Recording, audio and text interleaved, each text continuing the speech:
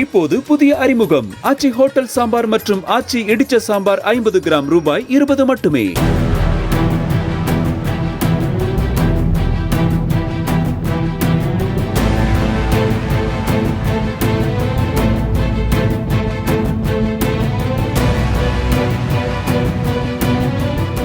திருவள்ளூர் மாவட்டம் பூந்தமல்லி அருகே இருசக்கர வாகனங்கள் மோதிக்கொண்ட விபத்தில் பாட்டி மற்றும் 1.5 வயது பேத்தி உயிரிழந்தனர்.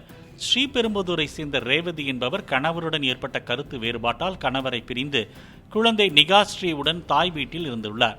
குழந்தைக்கு உடல்நிலை சரியில்லாததால் நேற்று பாட்டி அன்பரசி, உறவினர் தண்டபாணி என்பவருடன் இருசக்கர வாகனத்தில் குழந்தையுடன் சென்னை எழும்பூர் மருத்துவமனைக்கு சென்றபோது திருமழிசை சிப்காட் அருகே சாலையை கடக்க வந்த வாகனம் மோதியதில் நிலை தடுமாறி கீழே விழுந்துள்ளனர்.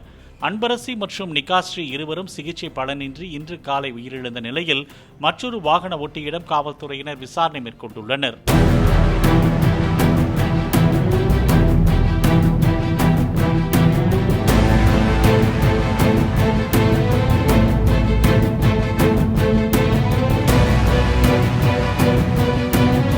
இப்போது புதிய அறிமுகம் ஆச்சி ஹோட்டல் சாம்பார் மற்றும் ஆச்சி இடிச்ச சாம்பார் 50 கிராம் ரூபாய் 20 மட்டுமே.